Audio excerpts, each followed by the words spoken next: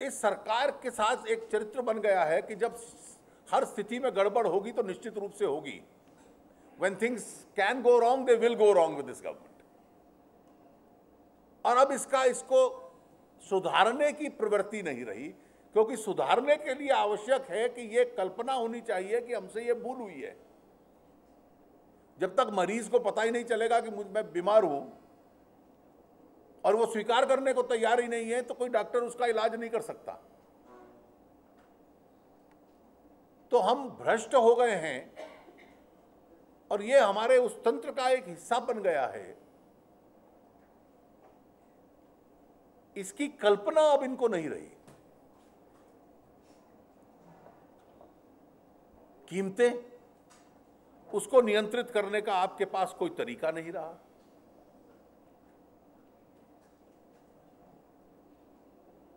और आप ad hoc solutions, ad hoc समाधान ढूंढने की कोशिश करते हो। आप जिस विषय को लेकर अपनी विचारधारा के एक मूल विषय के साथ जुड़े रहते हो, जम्मू कश्मीर के, जब ये सरकार उस पर कदम आगे बढ़ाने लगेगी तो आप कल्पना देखना कि जो देश हित में हो सकता है ठीक उसके विपरीत करना, घड़ी की सुई को मोड़कर वापस ले जाना, टर्न द क्लॉक बैक।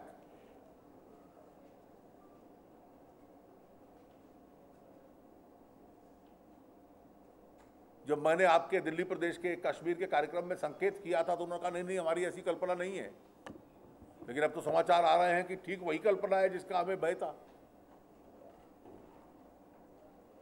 और इसलिए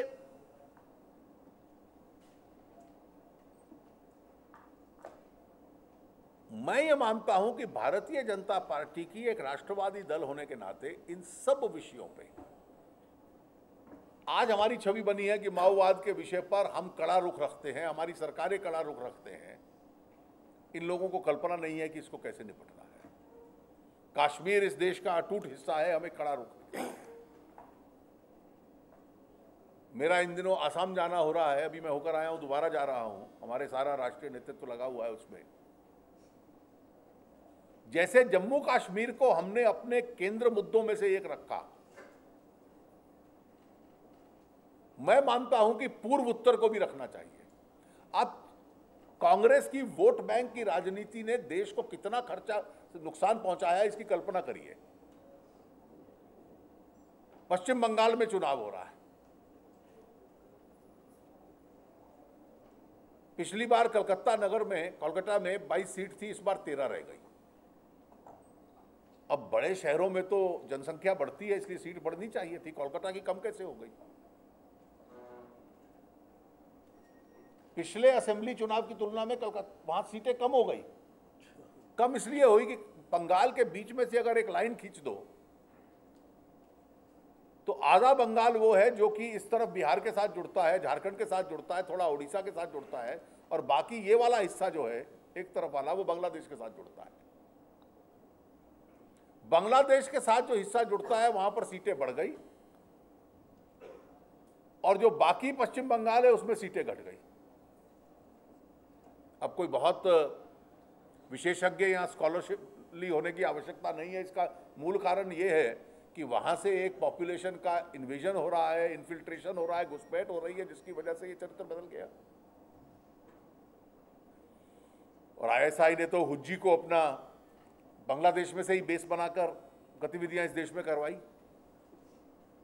असम में जिन क्षेत्रों में हम जाते हैं वहां देखने के डर लगता है कि कई क्षेत्रों में एक प्रकार से जो मूल असमी लोग थे वो अल्पमत में हो गए। और उन लोगों की शिकायत है यहाँ विकास नहीं है, यहाँ सड़कें नहीं हैं। हम लोग दिल्ली में थोड़ा पंजाब के ज़्यादा नज़दीक है तो हमें लगता है कि इस हिस्से पर पार्टीशन का, बंटवारे का बहुत असर पड़ा, क्योंकि यहाँ पर जान को, माल को, पॉपुलेशन, रेफ्यूजी आए, ट्रांसफर ऑफ पॉपुलेशन हुआ। लेकिन कभी हमने कल्पना की है कि नॉर्थ ईस्ट पे क्या असर पड़ा? ईस्ट पाकिस्तान और बांग्लादेश बनने के बाद नॉर्थ ईस्ट डिस्टेंस की दृष्टि से 1000-1200 किलोमीटर और दूर हो गया। वहां जाने के लिए ऊपर वो चिकन नेक से अब जाना पड़ता है। वहां जो सामान पहुंचता है वो महंगा होता है क्योंकि उसको 1000-1200 किलोमीटर ज्यादा चलना पड़ता है। वहां कोई उद्योग नहीं लगाता क्योंकि वहां उद्योग मुनाफा नहीं देगा, क्योंकि वहां पर डिस्टेंस इतना ज्यादा है। वहां तेल भी है, गैस भी है, कोयला भी है, पानी भी है। लेकिन जो सड़कों का जाल बिछना चाहिए था, जो रेलवे नेटवर्क, आज भी बंगाल में आपकी समस्या ये है कि फ्लाईओवर यहां बने कि यहां बने। उनकी समस्या ये है कि अभी वो कह रहे हैं कि मीटर गेज को तो कम से कम ब्रॉड गेज कर दीजिए। वो अभी उस स्थिति में है। 15-15, 20-20 साल ब्रह्मपुत्र के ऊपर से पुल बन जाए, उनको संघर्ष करना पड़ता है। असम के 2 शहर बड़े, गुवाहाटी से अगर आपको डिब्रूगढ़ जाना है या सिलचर जाना है, वहां के डिस्टेंसेस, वहां की सड़कों की परिस्थिति। तो मैं ये मानता हूं कि भारतीय जनता पार्टी को भी आज नॉर्थ ईस्ट को भी अपने पॉलिटिकल एजेंडा पे उसी प्रकार से लाना चाहिए जैसा भारतीय जनसंघ के जमाने से हमने जम्मू कश्मीर को रखा। और ये जो अपने देश के वनवासी क्षेत्र हैं, ट्राइबल क्षेत्र हैं, नॉर्थ ईस्ट है, इन दोनों के संबंध में प्रधानमंत्री जी तो वोट बैंक की पॉलिटिक्स कर रहे थे जब उन्होंने इस वाक्य का प्रयोग किया, हम देश हित की राजनीति करें कि देश के साधनों का पहला हिस्सा यहां हम ट्राइबल क्षेत्रों में दें या नॉर्थ ईस्ट के क्षेत्रों में दें, क्योंकि ये वो क्षेत्र हैं जिनको हमें आज तक वंचित किया है। और उनके जो इस प्रकार के वक्तव्य होते हैं वो वोट बैंक की राजनीति होता है। हम लोग देश हित में ये बात कहें। मित्रों, आज बहुत विचित्र परिस्थिति पे देश खड़ा है और ये विचित्र परिस्थिति ये है कि सरकार की राजनीति की विश्वसनीयता, शासन की विश्वसनीयता एकदम घटती जा रही है। भारतीय जनता पार्टी को इन विषयों को लेकर, जैसे भ्रष्टाचार के विषय को लेकर हम देश भर में सक्रिय रहे हैं। हमें अच्छे प्रकार के मापदंड अपने संगठन की दृष्टि से भी बनाकर उसी दिशा में काम करना होगा।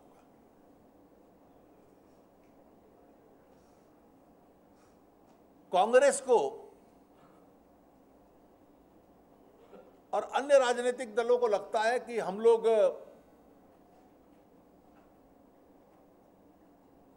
केवल परिवारवाद की राजनीति चला लें, उसी से काम चल जाएगा।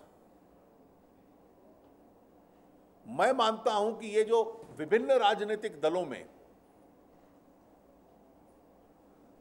ये परंपरा बढ़ी है, ये देश की राजनीति को नुकसान देती है।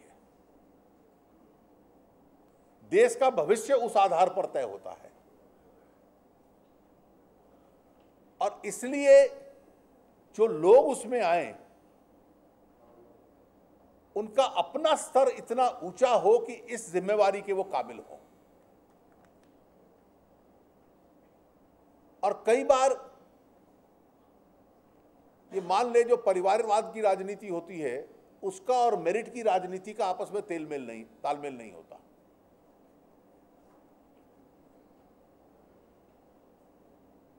और दिल्ली जैसे नगर में जहां आपको पूरे देश से आए हुए लोग आज मिलते हैं, यहां इतने विश्वविद्यालय हैं, इस प्रकार के लोग आते हैं। भारतीय जनता पार्टी को दिल्ली के अंदर, मैं तो ये मानूंगा कि हम अपने संगठन के काम में, चुनावी राजनीति की दृष्टि से, जिनको हम जनप्रतिनिधि बनाते हैं उस दृष्टि से, यहां बहुत मेरिट और टैलेंट हम लोगों के पास है और उसको हम लोग आगे बढ़ाएं। कोई किसी परिवार में से भी टैलेंटेड व्यक्ति निकलता है तो वो भी स्वागत है। लेकिन ये अन्य दलों की जो नीति है,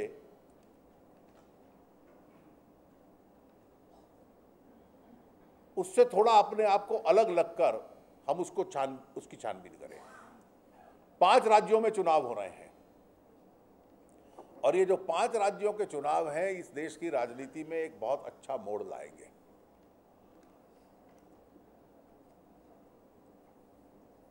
हमें ये कल्पना नहीं थी कि सरकार अपने दूसरे वर्ष में ही यूपीए 2 अपनी लोकप्रियता खो बैठेगी। जितने ये स्कैम हुए, जो सरकार के ऊपर प्रहार हुए, जो संसद के भीतर, संसद के बाहर, सड़कों पर आप लोगों ने किए,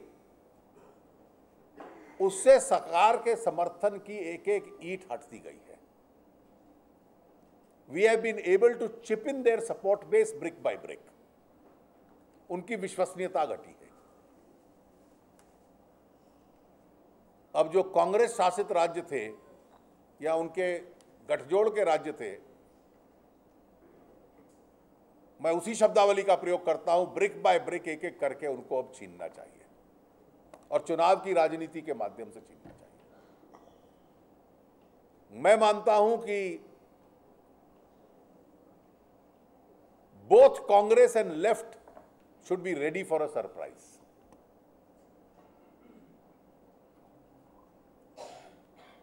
कांग्रेस के हारने से जो सरकार की और कांग्रेस की घटती हुई साख है उसके ऊपर असर पड़ता है, और वामपंथी अपने दोनों राज्यों में हारते हैं तो देश की राजनीति में उसका भी एक प्रभाव है।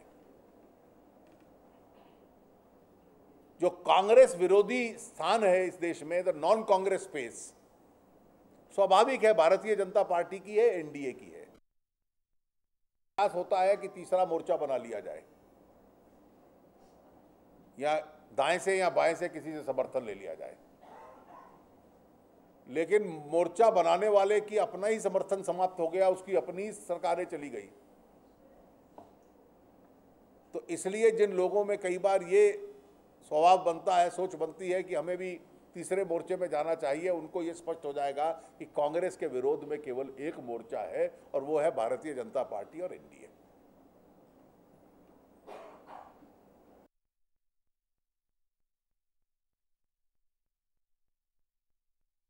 कांग्रेस को भी सेटबैक लगेगा, करना है, अपनी गतिविधियां एक्सपैंड करनी है, जो मैंने कहा मेरिट के आधार पर, टैलेंट के आधार पर अधिक से अधिक लोगों को पार्टी में लाना है, उनको पार्टी का चेहरा बनाना है, उनको जनप्रतिनिधि और संगठन के कार्यकर्ता बनाना है। और दूसरा,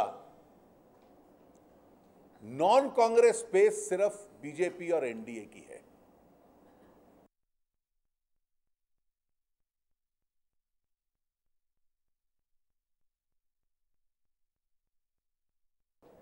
जो रास्ता है संसद के भीतर का, एक रास्ता है मीडिया के माध्यम से अपनी बात कहने का, और सबसे प्रभावी रास्ता है आंदोलन की राजनीति का, जिससे संगठन और कार्यकर्ताओं में सक्रियता रहे। ये रास्ता हमारी प्रदेश इकाइयों ने अपनाया है, जिसमें दिल्ली प्रदेश की प्रमुख भूमिका है। मुझे विश्वास है कि जिस उद्देश्य को लेकर हम चले हैं उसमें हम निश्चित रूप से सफल होंगे। एक बार फिर आपने मुझे